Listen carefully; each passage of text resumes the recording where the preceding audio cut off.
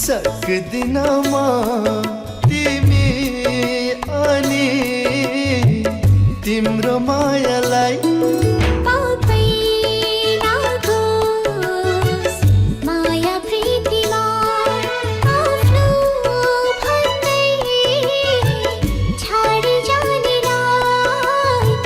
रूप भन्दा